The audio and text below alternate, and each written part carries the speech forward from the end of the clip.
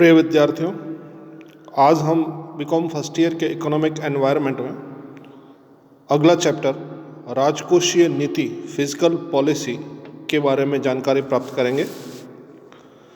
पिछले वीडियो में मौद्रिक नीति के बारे में विस्तृत से परिचर्चा की गई थी। उसी कंसर्न में आगे आज राजकोषीय नीति।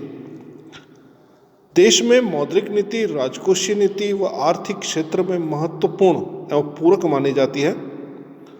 अल्प विकसित और विकसित देशों में आर्थिक विशिष्टताएं भिन्न भिन्न होने के कारण इन नीतियों की भूमिका भी भिन्न भिन्न होती है।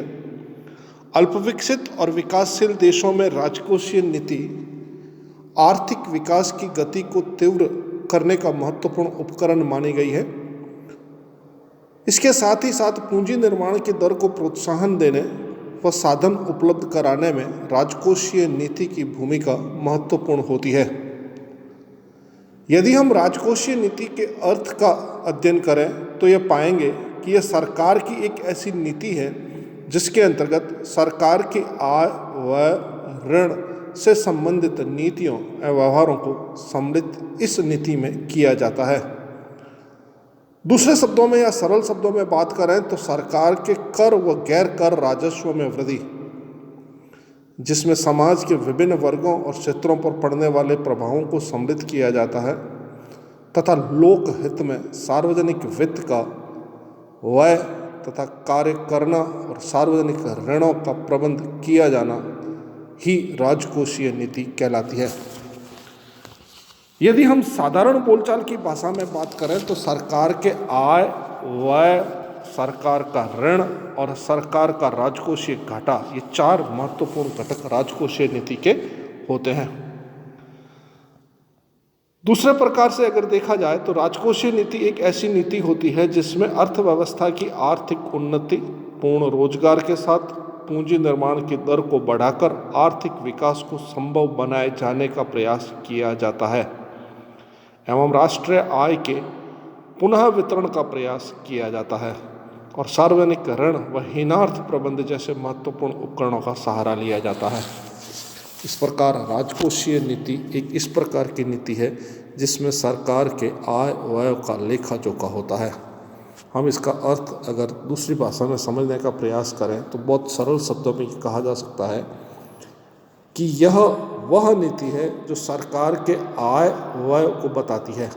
अर्थात इस नीति की सहायता से हम सरकार द्वारा विभिन्न स्रोतों से प्राप्त आय तथा विभिन्न कार्यक्रमों पर किया गया व्यय की जानकारी प्राप्त कर सकते हैं। राजकोषीय नीति के प्रमुख अंग निम्न हैं। राजकोषीय नीति के प्रमुख चार अंग बताए गए हैं।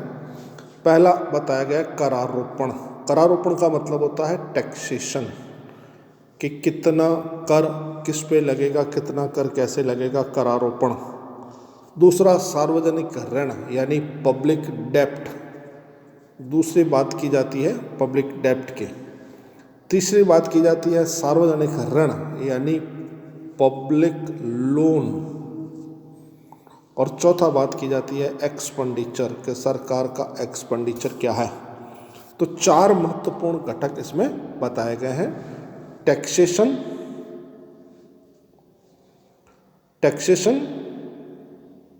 पब्लिक डेप्ट, बजट एंड पब्लिक एक्सपेंडिचर।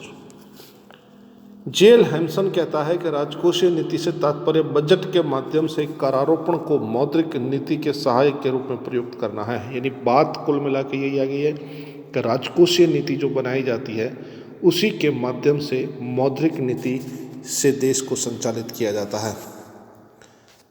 इन उपयुक्त दोनों परिभाषाओं का अध्ययन करने के बाद निष्कर्ष के रूप में कहा जा सकता है कि राजकोषीय नीति एक ऐसी नीति होती है जिसमें चार महत्वपूर्ण घटकों को सम्मिलित किया जाता है जो ऊपर मैंने बताए हैं। पहला करारोपण, दूसरा सार्वजनिक ऋण, तीसरा बजट और चौथा सार्वजनिक व्यय। इस नीति को बनाने के उद्देश्य क्या हैं? इस नीति को बनाने का पहला उद्देश्य पर्याप्त आय प्राप्त करना। सरकार की कोशिश ये होती है कि सरकार की रेवेन्यू बढ़े। सरकार की रेवेन्यू दो प्रकार से प्राप्त की जा सकती है। एक होती है टैक्स रेवेन्यू के रूप में, दूसरी होती है नॉन टैक्स रेवेन्यू के रूप में। सरकार कहाँ कहाँ से किस किस प्रकार से कर लगाकर आय वसूल कर सकती है और गैर कर मद से कितना प्राप्त कर सकती है। सरकार द्वारा समाज व देश के विकास हेतु व्यय किया जाता है, इसलिए सरकार को पर्याप्त मात्रा में आय की आवश्यकता होती है। इस आय को प्राप्त करने हेतु सरकार द्वारा कर लगाया जाता है। कर दर के निर्धारण से पूर्व करदाता की देय कर क्षमता को जांचा जाता है, उसी के अनुसार कर दर लगाई जाती है। इसलिए सरकार द्वारा अमीरों से अधिक कर वसूला जाता है। जिसकी आय अधिक होती है उस पर अधिक कर लगता है, जिसकी आय कम होती है उस पर कम कर लगाया जाता है।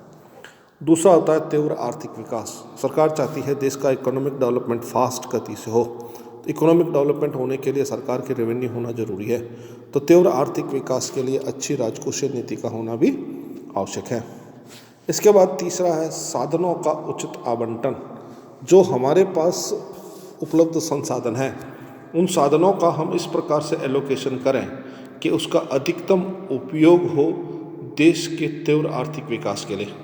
तो हमारे पास जो रिसोर्सेज हैं, रिसोर्सेज कुछ प्राकृतिक रिसोर्सेज होते हैं, कुछ नेचुरल रिसोर्सेज होते हैं, कुछ रिसोर्सेज ऐसे होते हैं जो बिल्ड किए जाते हैं, बनाए जाते हैं। तो साधनों जो भी उपलब्ध संसाधन है उनका मैक्सिमम यूटिलाइजेशन किया जाना जरूरी है। चौथा होता है पूंजी निर्माण, कैपिटल फॉर्मेशन। कैपिटल फॉर्मेशन का मतलब होता है कि हमने जितनी पूंजी के साथ व्यापार शुरू किया है वो पूंजी बढ़े, देश का पूंजी निर्माण हो, और पूंजी निर्माण इस गति से हो कि देश के तीव्र विकास में सहायक सिद्ध हो। मुद्रा प्रसार पर नियंत्रण, ये बातें पहले भी आई है। दो शब्द है, एक होता है मुद्रा प्रसार और दूसरा होता है मुद्रा संकुचन। प्रसार को हम अच्छी तरह से बीकॉम फाइनल ईयर में पढ़ते हैं बैंकिंग के अंतर्गत, संकुचन को भी वहीं पढ़ते हैं। यहाँ पढ़ना एक बार समझना जरूरी होता है, प्रसार क्या होता है, संकुचन क्या होता है। जब वस्तुओं की कीमतें बढ़ जाती है और मुद्रा की वैल्यू कम हो जाती है उसे मुद्रा प्रसार बोलते हैं। जब वस्तुओं की कीमतें आसमान छूने लग जाती हैं, महंगाई अपनी चरम सीमा पर होती है, उसके कारण मनी की वैल्यू कम हो जाती है, उसे मुद्रा प्रसार बोलते हैं। लेकिन ऐसा होने पर डिमांड बढ़ती है, ऐसा होने पर उत्पादन बढ़ता है, ऐसा होने पर रोजगार बढ़ता है, वो मुद्रा प्रसार कहलाता है। तो मुद्रा प्रसार पर सरकार का नियंत्रण होना आवश्यक है।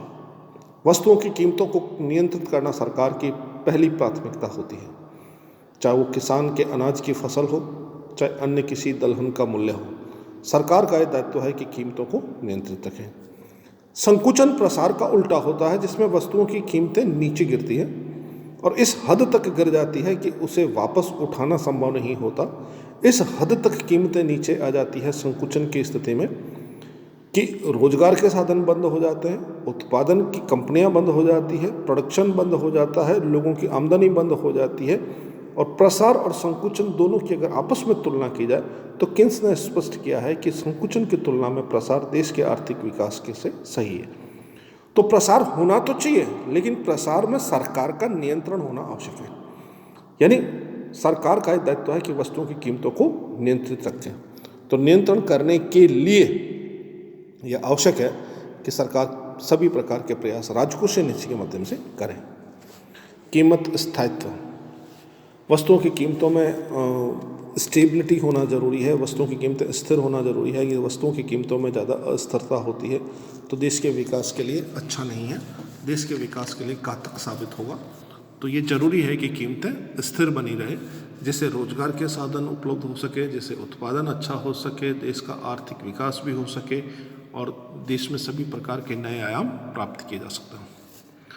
अगला है संतुलित आर्थिक विकास। आर्थिक विकास दो तरीके से होता है, एक होता है संतुलित और एक होता है असंतुलित। संतुलित आर्थिक विकास का अभिप्राय देश के सभी क्षेत्रों का विकास हो। ऐसा नहीं हो कि केवल पंजाब का विकास हो गया, बिहार पिछड़ गया, गुजरात का विकास हो गया, राजस्थान पीछे रह गया, ऐसा नहीं। संतुलित आर्थिक विकास से अभिप्राय सभी क्षेत्रों का एक साथ विकास किया जाए। तो संतुलित आर्थिक विकास करने के लिए राजकोषीय नीति का उचित और संतुलित होना बहुत जरूरी है। ऐसी राजकोषीय नीति बने जाए देश के सभी क्षेत्रों का एक साथ विकास संभव हो। आर्थिक स्थिरता, जिसको अपन बोलते हैं इकोनॉमिक स्टेबिलिटी। इकोनॉमिक स्टेबिलिटी का मतलब है लोगों की आय और व्यय में बहुत ज़्यादा अंतर नहीं होना चाहिए। आर्थिक स्थायित्व बना रहे। आर्थिक स्थायित्व तभी बना रहेगा जब उत्पादन अच्छा हो, मांग और पूर्ति में संतुलन बना रहे, तब तक आर्थिक स्थायित्व बना रहेगा। निवेश की दर में वृद्धि। निवेश की दर का मतलब होता है इन्वेस्टमेंट की जो रेट है, लोग जो आय कमाते हैं, खर्च करते हैं, उसके बाद जो पैसा बचाते हैं, उस पैसे को वापस री इन्वेस्टमेंट करने की बात आती है, जिसे निवेश कहते हैं। तो निवेश की दर जब बढ़ेगी तो देश में उत्पादन बढ़ेगा, उत्पादन बढ़ेगा तो रोजगार बढ़ेगा, रोजगार बढ़ेगी तो आय बढ़ेगी। तो लोगों का यह उद्देश्य होता है कि पैसा कमा के वापस उस पैसे को राष्ट्र निर्माण में लगाए। तो राष्ट्र निर्माण में लगाने के लिए जरूरी है कि निवेश की दर भी बढ़ती रहे। इसके बाद है रोजगार के अवसर को बढ़ाना। रोजगार के अवसर को बढ़ाने का मतलब ये हो गया कि लोगों को रोजगार अगर समय पे नहीं मिलेगा तो बेरोजगारी की स्थिति में मांग और पूर्ति में असंतुलन की स्थिति पैदा होगी और देश नीचे की ओर जाएगा। तो ऐसी राजकोषीय नीति बनाई जाए, ऐसी राजकोषीय नीति विकसित की जाए, ऐसी राजकोषीय नीति बना के देश को थोपी जाए जिसमें रोजगार के अवसरों को बढ़ावा मिल सके। भारत की राजकोषीय नीति, ये इंट्रोडक्शन के रूप में वापस बताया है कि भारत की राजकोषीय नीति में होता क्या क्या है। भारत की राजकोषीय नीति में मुख्यतः 4 भागों में बांटा गया है, जो भाग चारों अपन ने पहले ही डिस्कस किया। पहला है कर नीति। भारत में कर नीति को 2 प्रमुख उद्देश्य बताए गए हैं। कर नीति क्यों बनाई जाती है? पहला है आय प्राप्त करना और दूसरा आर्थिक विषमता को कम करना। आर्थिक विषमता का मतलब ये होता है अमीर और गरीब के बीच की जो खाई है उसको कम करना। अमीर जितनी ज़्यादा आय कमाएगा उतनी ज़्यादा रेट से टैक्स चुकाएगा। गरीब, सरकार ने कहा 5 लाख रुपए तक कमाने वालों पर कोई कर नहीं लगेगा। 5 लाख से ऊपर आप जितना जितना जैसे जैसे कमाएंगे उसके हिसाब से रेट बढ़ती चली जाएगी। तो अमीर व्यक्ति पर ज़्यादा से ज़्यादा कर लगाया जाए और गरीब व्यक्ति के लिए साधन उपलब्ध कराया जाए जिससे आर्थिक विषमता दूर हो सके। और सरकार का उद्देश्य होता है आय प्राप्त करना। भारतीय क्रय नीति प्रत्यक्ष करों व अप्रत्यक्ष करों से बनी हुई होती है। अब जो टैक्स लगाने की जहाँ तक बात आती है, टैक्स 2 तरह से लगते हैं, डायरेक्ट टैक्सेस, इनडायरेक्ट टैक्सेस। छोटे रूप में अगर समझने की कोशिश करते हैं डायरेक्ट टैक्स क्या होता है, इनडायरेक्ट टैक्स क्या होता है। कोई भी व्यक्ति आय कमा के जो आयकर का भुगतान करता है वो प्रत्यक्ष कर होता है, क्योंकि उसको पता होता है कि मैंने इतना पैसा टैक्स के रूप में चुकाया है। अप्रत्यक्ष कर वो होता है जो हम चुकाते तो हैं लेकिन हमें कर की राशि का पता नहीं होता है। एक छोटे से उदाहरण से अगर हम 5 रुपए का पेन भी लेते हैं तो इसमें हमने टैक्स की राशि चुकाई है। ऐसा नहीं है कि 5 रुपए पेन की कॉस्ट है। अगर हमने अमूल के दूध की थैली भी खरीदी है 22 रुपये में, 24 रुपये में, तो उसमें भी टैक्स शामिल है। वो इनडायरेक्ट टैक्स होता है जो सेल टैक्स के रूप में हमसे वसूला जाता है। हम कोई भी चीज़ खरीदते हैं, चाहे ट्रेन का टिकट भी खरीदते हैं तो उसमें भी हमारे टैक्स वसूला जाता है। हम LIC का प्रीमियम चुकाते हैं, उसमें भी हमारा टैक्स वसूला जाता है। कहीं GST के नाम से, कहीं इनकम टैक्स के नाम से, कहीं सेल टैक्स के नाम से, कहीं CGST के नाम से, कहीं SGST के नाम से। ये सारे इनडायरेक्ट टैक्सेस हैं जो हम चुकाते तो हैं लेकिन हमें ये नहीं पता लगता हमने कितनी राशि चुकाई। हम उसी को सेलिंग प्राइस मान बैठते हैं, जबकि सेलिंग प्राइस वो नहीं होती है, उसमें टैक्स की राशि इंक्लूड होती है। इट्स कॉल्ड इनडायरेक्ट टैक्सेस, अप्रत्यक्ष कर। जबकि प्रत्यक्ष कर वो होता है जो व्यक्ति खुद अपने हाथ से टैक्स के रूप में राशि चुकाता है, चाहे वो TDS के रूप में चुकाता है, चाहे वो इनकम टैक्स के रूप में चुकाता है। दूसरा है सार्वजनिक व्यय नीति। पहली थी कर नीति, दूसरी है सार्वजनिक व्यय नीति। सार्वजनिक व्यय नीति के अंतर्गत सरकार जो पैसा कमाती है वो वापस उसे खर्च भी करना होता है। तो सरकार खर्च कहाँ करेगी? तो सरकार द्वारा करों से प्राप्त आय करके सार्वजनिक व्यय किया जाता है। पहले तो आय प्राप्त करेगी, फिर उसका वापस एक्सपेंडिचर किया जाता है तथा देश के सामाजिक समानता का प्रयास किया जाता है। ये कोशिश की जाती है कि सोशल स्टेबिलिटी बनी रहे, सामाजिक समानता बनी रहे, अमीर और गरीब की खाई कम हो। सार्वजनिक व्यय आर्थिक व गैर आर्थिक दोनों क्षेत्रों में होता है। सरकार जो खर्चा करती है कुछ इकोनॉमिकल एरियाज में करती है, कुछ नॉन इकोनॉमिकल एरियाज में भी करती है। आर्थिक क्षेत्रों में जैसे कृषि उद्योग है, परिवहन है, व्यापार है, सिंचाई है, विद्युत है, इन मदों पर व्यय किया जाता है। जब गैर आर्थिक क्षेत्रों की बात करते हैं जिससे वापस रेवेन्यू प्राप्त नहीं होती, ये जितने भी ऊपर आपको बताए, कृषि है, परिवहन है, व्यापार है, सिंचाई है, विद्युत है, इन पे सरकार जो पैसा खर्च करेगी वापस वसूलेगी, ठीक है ना। लेकिन सरकार अगर गैर आर्थिक क्षेत्र में पैसा खर्च करती है, शिक्षा के क्षेत्र में, चिकित्सा के क्षेत्र में, सामाजिक कल्याण के क्षेत्र में, इनसे वापस कुछ भी वसूल नहीं होता है। ये सरकार का पूर्ण रूप से खर्चा होता है, चाहे स्कूल बनाने का हो, चाहे सड़क बनाने का हो, चाहे हॉस्पिटल बनाने का हो, चाहे हॉस्पिटल में सुविधाएं उपलब्ध कराने का हो, चाहे कोई सामाजिक पार्क बनाना हो, सामाजिक कल्याण के लिए कुछ आंकड़े करने होते हैं, इनसे वापस कुछ प्राप्त नहीं होते, गैर आर्थिक होते हैं। तो कुछ खर्चा आर्थिक क्षेत्र में किया जाता है, कुछ खर्चा गैर आर्थिक क्षेत्र में किया जाता है। ये सार्वजनिक व्यय के दो पिलर्स हैं। तीसरा है सार्वजनिक रणनीति। सार्वजनिक रणनीति के अंतर्गत ये देखा जाता है कितना पैसा उधार दिया जाए और लिया जाए। सरकार के व्यय प्राप्तियों से अधिक होते हैं, सरकार के खर्चे ज़्यादा होते हैं, आय कम होती है, तो नेचुरली सरकार को ऋण लेना पड़ता है। यह ऋण देश के आंतरिक संसाधनों, विदेशी सरकारों और अन्य बाह्य संसाधनों से प्राप्त होता है। भारत द्वारा हीनार्थ प्रबंध नीति के कारण ऋण भार तेजी से बढ़ा है। अब एक नया शब्द आया, हीनार्थ प्रबंध। हीनार्थ प्रबंध का मतलब होता है घाटे की वित्त व्यवस्था। हीनार्थ प्रबंध का मतलब होता है घाटे की वित्त व्यवस्था। सरकार अपनी आय और व्यय में से आय कम दिखाती है, आय कम होती है और खर्चा ज़्यादा होता है, तो वो घाटा हो गया। उस घाटे की पूर्ति के लिए किया गया प्रबंध हीनार्थ प्रबंध कहलाता है।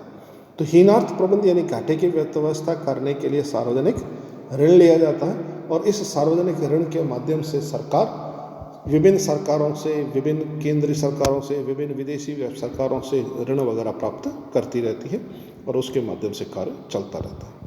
चौथा होता है बजट नीति। बजट नीति के अंतर्गत ये देखा जाता है बजट में क्या क्या सुविधाएं दी गई है। बजट से तात्पर्य सरकार के एक निश्चित समय के दौरान प्राप्त आय व्यय का लेखा जोखा होता है, कितनी आय है और कितनी व्यय है, और बजट के माध्यम से सरकार सुनियोजित विकास को बढ़ावा देती है।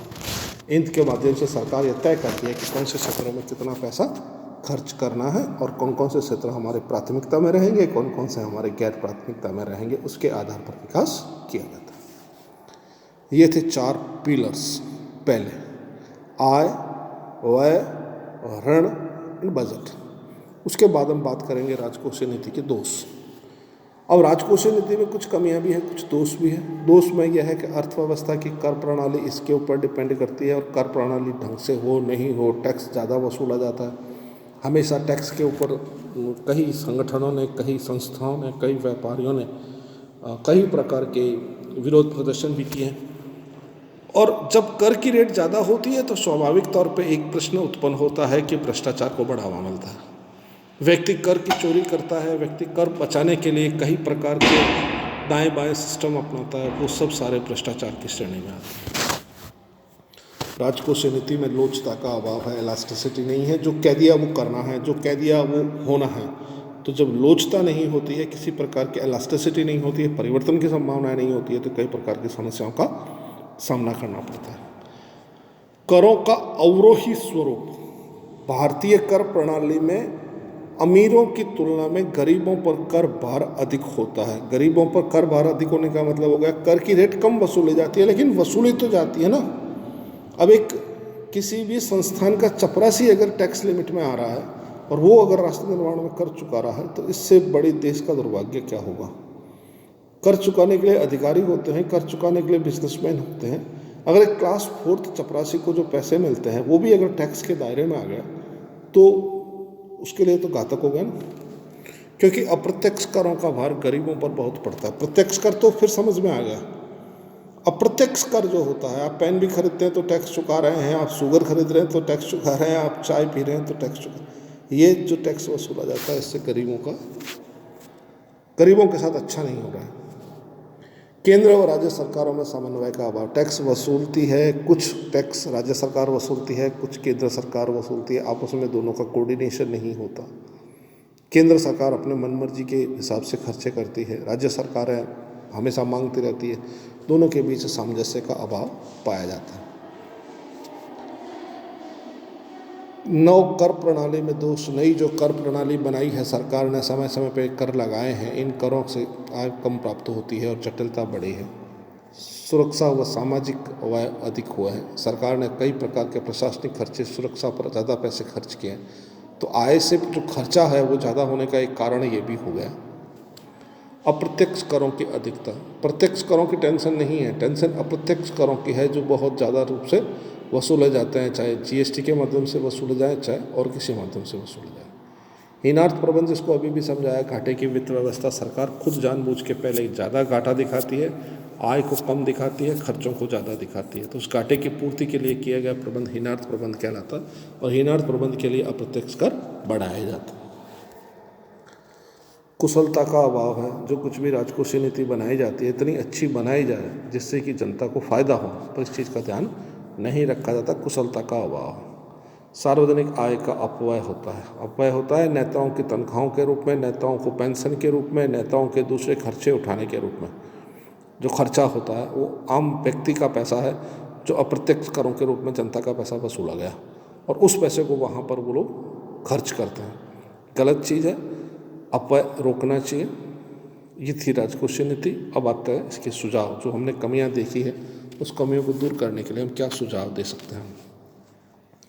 राजकोषीय घाटा जीडीपी का 9% से अधिक नहीं होना चाहिए कभी भी।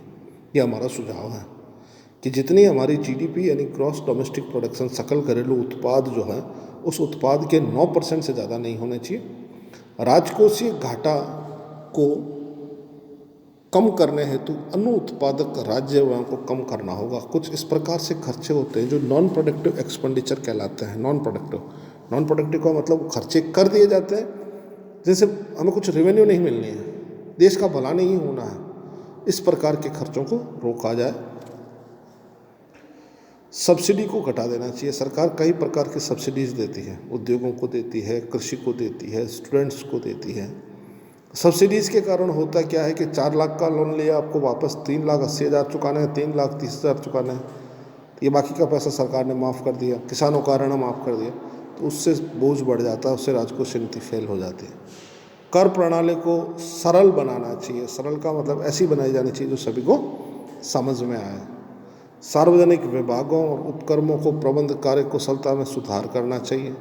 राज्य और केंद्र सरकारों के बीच में अच्छा समन्वय बिठाया जाना चाहिए और राजकोषीय मापदंडों की पालना की जानी चाहिए। ये हमने सुझाव दिए हैं इस नीति के बारे में। तो आज के वीडियो में हमने पूरी की पूरी सार्वजनिक नीति को देखा है। वापस देखिए पूरे स्टार्ट से। ये तो इंट्रोडक्शन के रूप में पूरा वीडियो मैंने बोल के समझाया है आपको। उसके बाद पहले अर्थ देखा है। अर्थ में हमने 4 बातें बताई हैं। फिर हमने इसके उद्देश्यों के बारे में बात की है। उद्देश्य, ये हमारे सारे उद्देश्य चल रहे हैं। सबसे पहले इन उद्देश्यों को हम ढंग से तैयार करेंगे। उद्देश्यों को तैयार करने के बाद में राजकोषीय नीति का वापस से 4 पिलर्स जो होते हैं राजकोषीय नीति के, उन 4 पिलर्स के बारे में बात की है। सबसे पहले कर नीति के बारे में बात की, उसके बाद सार्वजनिक व्यय के बारे में बात की, उसके बाद सार्वजनिक ऋण के बारे में बात की और चौथा हमने बजट नीति के बारे में बात की। फिर राजकोषीय नीति के कुछ कमियां हैं, उस कमियों के बारे में बात की। उन कमियों को बात करने के बाद में सारी कमियां हैं और कमियों के बाद में राजकोषीय नीति के जो कमियां रही है उसके बारे में विभिन्न सुझावों पे वापस हमने प्रकाश डाला। तो आज के वीडियो में हमने राजकोषीय नीति को बहुत ढंग से किया। ये परीक्षा के लिए बहुत उपयोगी है। परीक्षा में आने की संभावना इसकी अधिक रहती है। इसको ढंग से परीक्षा के हिसाब से तैयार करें। इसके कंसर्न में किसी भी प्रकार की आपको समस्या हो, समझ में नहीं आ रहा हो, तो मेरे से वापस व्हाट्सएप के माध्यम से, टेलीफोनिक माध्यम से संपर्क किया जा सकता है। जब तक कि महाविद्यालय खुले नहीं और आपको महाविद्यालय में पढ़ाने के लिए नहीं बुलाया जाए तब तक ऑनलाइन ही समझना है। नहीं समझ में आए तो मेरे से आप पूछ सकते हैं। आज के लिए बहुत बहुत धन्यवाद।